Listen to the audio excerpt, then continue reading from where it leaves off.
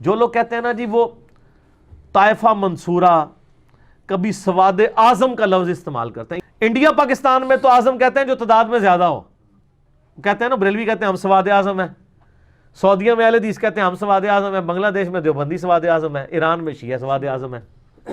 اعظم کا مطلب ہے عظمت والا گروہ، وہ چاہے اکیلا ابراہیم ہی ہو. قرآن میں ہے نا سورہ نحل میں، ابراہیم اکیلا ہی پوری امت تھا، اکیلا پوری امت.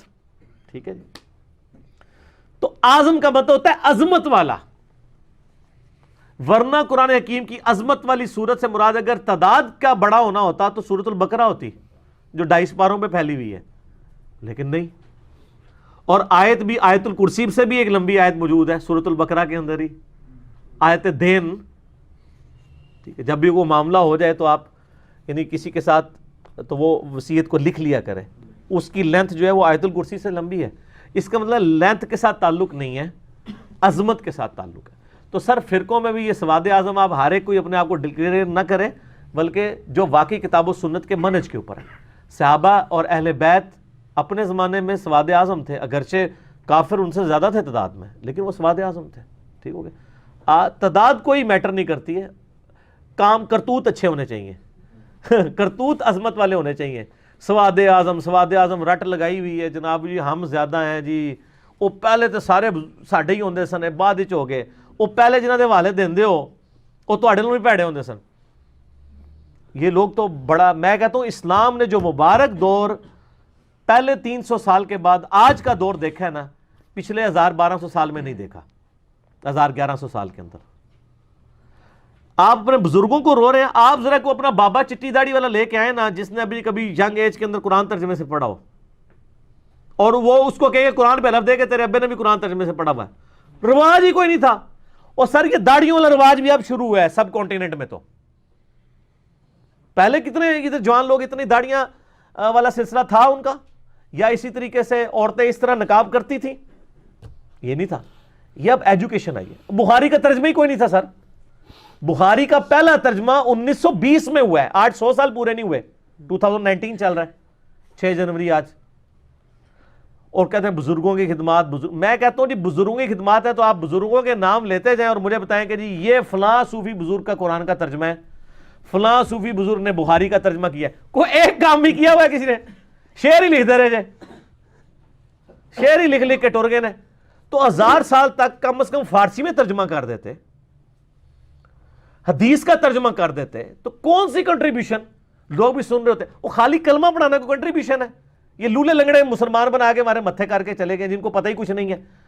تو وہ مولانا مودودی والی بات صحیح ہے کہ انڈیا پاکستان بنگلہ دیش کے لوگوں نے اسلام نہیں قبول کیا، اسلام نے انڈیا پاکستان بنگلہ دیش کے لوگ قبول کر لیے ہوئے. دیکھ کام تو وہی چل رہے ہیں، رسومات وہی چل رہی ہیں، عقائد وہی چل رہے ہیں. آپ ہندوؤں کو بھی دیکھ لیں، وہ بھی اپنے سکھوں کو بھی دیکھ لیں، مزاروں کے اوپر ڈولیاں چڑھا رہے ہیں، یہ بھی ڈولیاں چڑھا رہے ہیں. ٹھیک ہے، تو کہاں سے کہاں تک معاملات چلے گئے ہوئے ہیں. تو بہت بگڑا ہوا معاملہ ہے. جو آندہ آپ سے کوئی بات کرے نا بڑی خدمات ہیں، ہمارے بزرگوں کی بہت خدمات ہیں، ان کو کہ بتائیں کون سی خدمت ہے، دکھائیں مجھے کہ یہ 600 سال پہلے یہ فلاں بزرگ گزرے ہیں، انہوں نے قرآن کا یہ ترجمہ کیا ہے، یہ کنٹریبیوشن انہوں نے کی ہے، لوکل لینگویج میں بخاری کو ٹرانسلیٹ کر دی ہے، مسلم کو ٹرانسلیٹ کر دی ہے. کچھ بھی نہیں.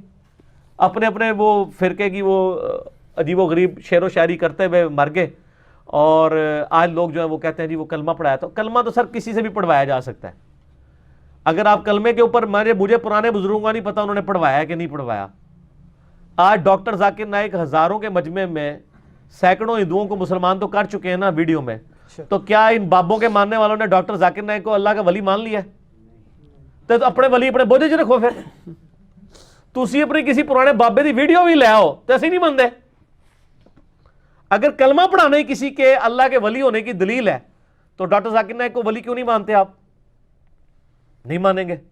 تو پھر جب آپ کی کسی بزرگ نے کلمہ پڑھایا اور وہ بد عقیدہ تھا تو ہم اسے کیسے بزرگ مان لیں؟ بزرگی کا معیار کتاب و سنت ہے، اور بخاری اور مسلم کی متفق علیہ حدیث ہے اللہ تعالیٰ فاسق سے بھی دین کا کام لے لیتا ہے. سر بڑے بڑے فاسقین سے بھی دین کے کام لیے گئے ہیں. اور جو بخاری مسلم میں آتا ہے کہ وہ ایک شخص تھا جو میدان جنگ میں بڑے بہادری کے جوہر دکھا رہا تھا. آپ نے فرمایا یہ دوست کی ہے؟ صحابہ کہتے ہیں ہمیں وسوسہ ہوا کہ اتنے کافر اس نے مارے ہیں، اتنی وہ جیداری سے لڑ رہا ہے اللہ کے لیے یہ دوست کی ہے. ایک کہتا میں اس کے پیچھے ہو گیا.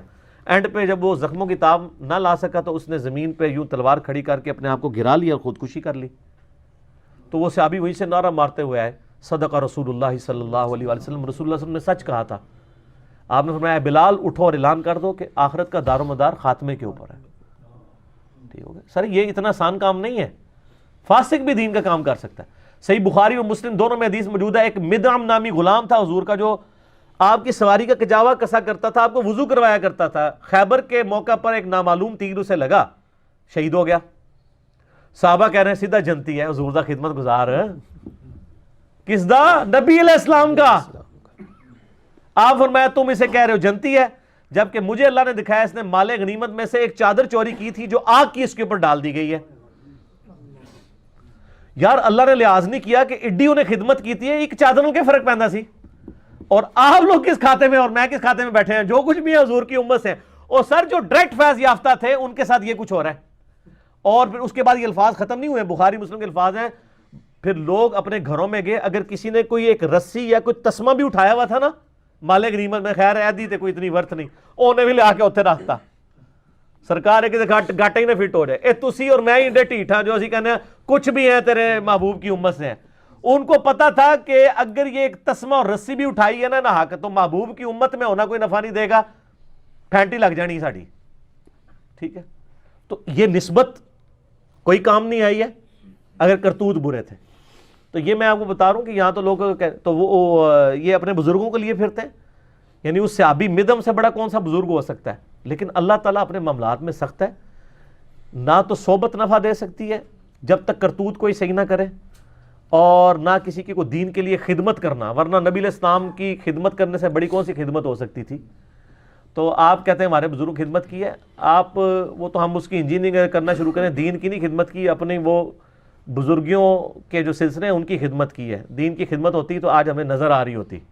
آج انڈیا پاکستان بنگلہ دیش میں اکثر لوگ سورۃ الفاتحہ کے ٹیسٹ میں فیل نہ ہو رہے ہوتے, ایاک نعبد و ایاک نستعین پڑھ پڑھ کے بھی وہ بابوں کا نہ پکار رہے ہوتے. ٹھیک ہو گیا.